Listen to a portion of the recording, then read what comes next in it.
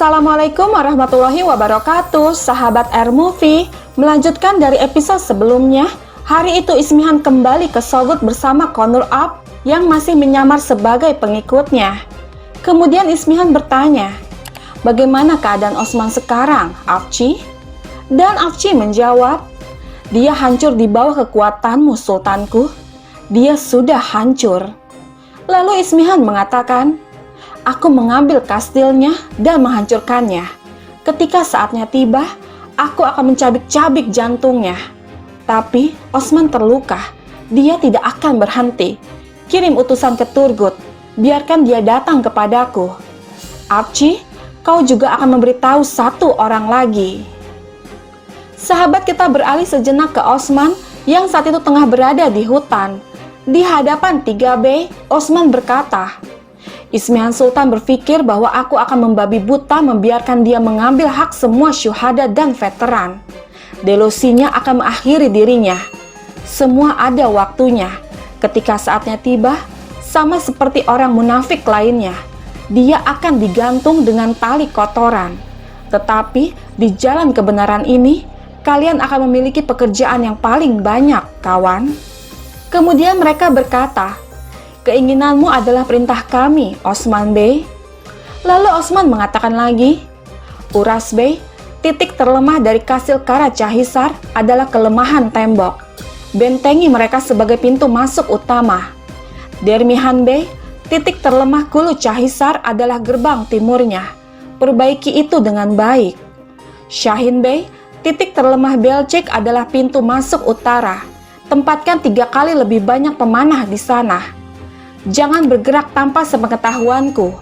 Jangan mencoba untuk berhemat tentang materi. Karena Ismihan Sultan akan membayarnya. Berikan uang yang banyak kepada semua orang dari perbendaharaan. Mereka akan bermurah hati, berpikir bahwa mereka akan mendapat manfaat darinya. Ayo, semoga perang suci kita mubarak. Kemudian mereka pun pergi untuk menjalankan perintah. Malam pun tiba. Saat Ismihan dan Turgut sudah duduk di meja jamuan, di sana Turgut bertanya, tamu mana yang kita tunggu untuk makan, Sultanku? Akankah Osman Bey datang lagi? Apakah kita menunggunya? Dan Ismihan menjawab, kau tidak akan begitu marah jika Osman Bey datang, Turgut Bey. Tidak lama Olof pun datang memasuki ruangan. Melihat ini jelas membuat Turgut kesal. Namun Olof berkata, Turgut Bey, duduklah. Kami tidak terbiasa dengan rasa hormat seperti itu. Jadi, duduklah. Namun Turgut mengatakan, tidak, aku tidak bisa. Aku tidak bisa mentolerir ini. Saat mereka hendak berkelahi, seketika Conur dan yang lainnya menghadang mereka. Kemudian Ismihan mengatakan, di hadapanku, jika kalian melakukan satu gerakan lagi tanpa izin, kalian berdua akan kehilangan kepala. Namun Turgut menjawab, aku lebih baik kehilangan kepalaku daripada makan dengan bajingan ini di meja yang sama. Lalu Ismihan mengatakan, kendalikan dirimu, Turgut Bey. Olof adalah komandan Bizantium di bawah komando Kantakouzenos. Sama seperti dirimu, komandan di bawah perintahku. Namun Turgut mengatakan, aku ingin mengundurkan diri sekarang. Seketika Ismihan berkata, aku menolaknya, Turgut Bey. Lalu Turgut mengatakan, kalau begitu, penggal kepalaku sekarang. Namun Ismihan mengatakan, tidak perlu untuk itu, karena kamu cukup pintar untuk melupakan masa lalu dan memikirkan masa depan. Mongol menjarah di mana-mana. Rakyat membutuhkan perdamaian, bukan perang. Dan kita membutuhkan persatuan untuk itu. Mulai sekarang, kita akan bekerja sama. Osman tidak berhenti, Turgut Bey. Olof menempatkan anak buahnya di benteng. Karena Bey yang kita tempatkan di benteng masih setia kepada Osman. Lalu Turgut mengatakan, dia mencapai tujuannya. Apa yang kau harapkan dari Osman Bey? Dan Ismihan menjawab, Osman tidak akan berhenti. Jika kita ingin membangun hanya satu tatanan, kita membutuhkan persatuan. Aku mengharapkan ketenangan dan kepatuhan darimu, Turgut Bey. Melihat Connor di sana, Olof berkata, "Kamu adalah orang yang selamat, Sarkis. Mari kita lihat berapa banyak lagi penyamaran yang akan kita hadapi." Mendengar ini, Ismihan mengatakan, "Jangan mempertanyakan kesetiaan seorang pria yang bekerja denganku, Olof. Jika kau melakukannya, aku akan mempertanyakan tanah yang tidak diberikan kantaku Zenos kepadamu, dan yang kau ambil dariku, dan juga kesetiaanmu padanya." Kemudian Turgut mengatakan, "Jadi, kau bilang, alasan mengapa kita bekerja dengannya adalah fakta bahwa Osman Bey masih memiliki kastil." Sahabat kita beralih sejenak ke Yenisehir. Terlihat Osman dan Alpennya tengah menunjukkan aksi mereka di dapur. Setelah sekian lama, ini adalah pertama kalinya kita melihat Osman dan yang lainnya menyajikan makanan. Di sana Osman mengajari Alpennya bagaimana cara memasak dan memotong daging dengan benar. Terlihat bahwa mereka sangat gembira dan menikmatinya. Tidak lama para hatun pun datang. Melihat ini Bala berkata, "Hei, Masya Allah, aku pikir kau hanya berbakat di medan perang, Osman Bey. Aku tidak pernah melihatmu di dapur." Dan Osman menjawab, "Itu baik untuk menyembunyikan bakatmu." Kemudian mereka pun tertawa.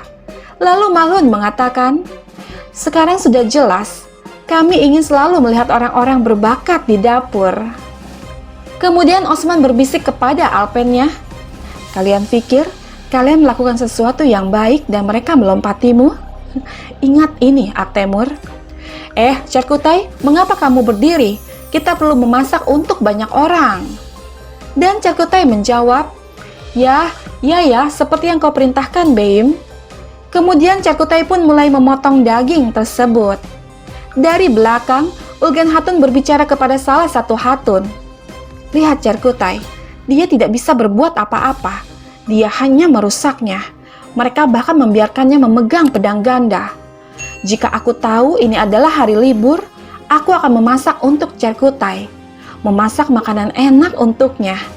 Ya, aku selalu memasak makanan enak untuknya." Kemudian Osman bertanya kepada Aktemur, "Baiklah, katakan padaku, mengapa kamu mengirim Alcicek?" Dan Aktemur menjawab, "Kemungkinan. Dia percaya kemungkinan bahwa aku akan menikah dengan orang lain. Aku tidak mungkin menikah dengan orang lain, tapi dia memungkinkannya. Jadi, ini sudah berakhir." Lalu Osman mengatakan, "Biarkan hatimu membimbingmu. Besungur, bawakan hatinya ke sini. Ayo masak dan meriahkan meja. Gubrus, apakah supnya sudah siap?" Dan Gubrus menjawab, "Ini akan siap sebentar lagi, Beim." Namun Cerkutai menirukan gayanya hingga membuat mereka semua tertawa. Sahabat kita kembali lagi ke Sogut.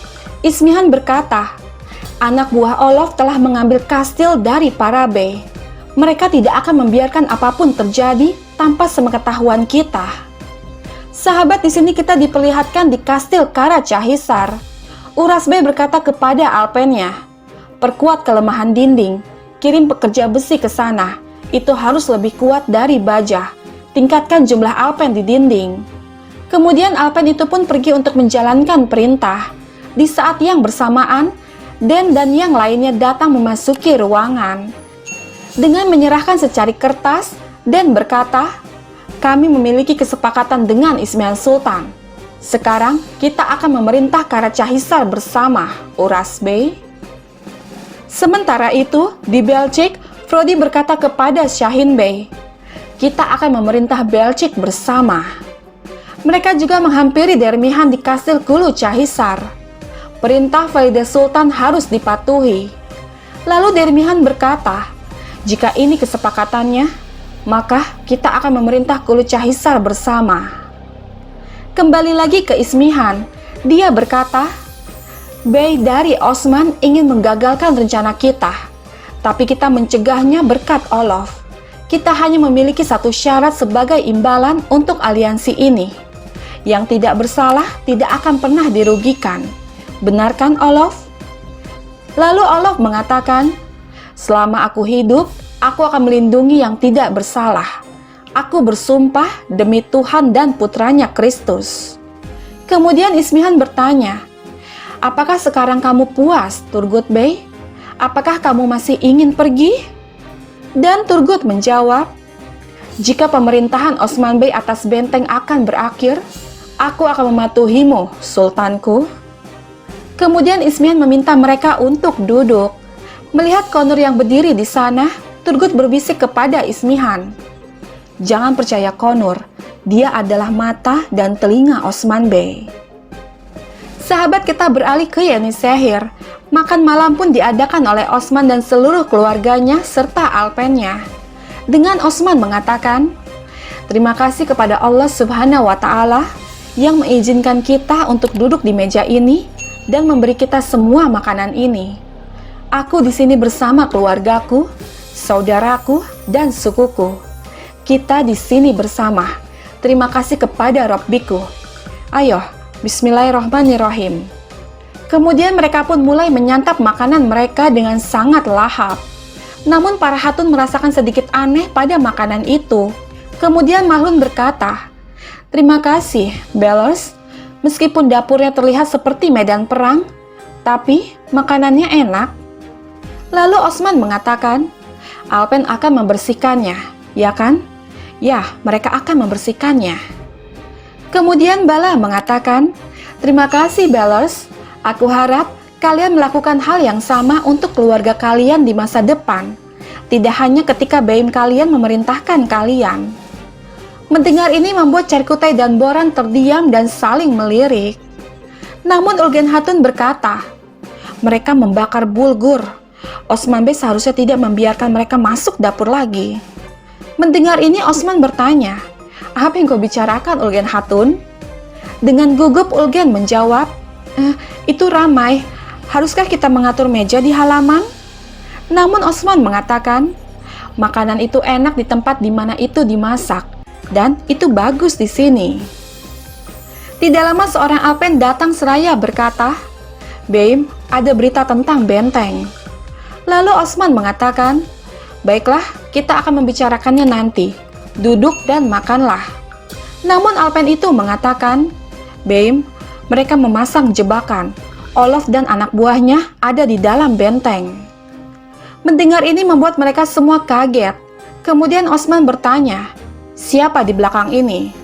Dan Alpen itu menjawab, "Ismihan Sultan dan Kanta Kuzenos. Mereka memerintahkan orang-orang itu untuk berbagi pemerintahan." Mendengar ini membuat Osman kesal, kemudian pergi meninggalkan meja makan. Kembali lagi ke Sogud, Turgut berkata, "Insya Allah, kau tidak akan membiarkan Olof menguasai Inegol saat pertarungan ini berakhir dengan segera." Lalu Ismihan mengatakan, "Aku tidak mempercayai mereka, Turgut Bey. Aku percaya kamu. Kepercayaan adalah hal yang paling penting. Sedikit kilau sudah cukup untuk menyebabkan kebakaran. Aku bertanggung jawab untuk menunda kilauan itu. Sama seperti aku mencopot Mesut dan menempatkan putraku di atas tahta untuk menjaga agar Seljuk tetap hidup. Aku juga dapat memberhentikan Osman." Mendengar ini membuat mereka semua kaget. Kemudian Olof berkata, "Kau membunuhnya, hah? Semua orang harus takut padamu, Valide Sultan." Lalu Ismihan mengatakan, "Sultan yang agung, anakku menunjukkan belas kasihan dan membiarkannya hidup. Sekarang dia ditawan di istananya yang indah." Sahabat, bergabunglah terus bersama kami untuk mengetahui kisah selanjutnya.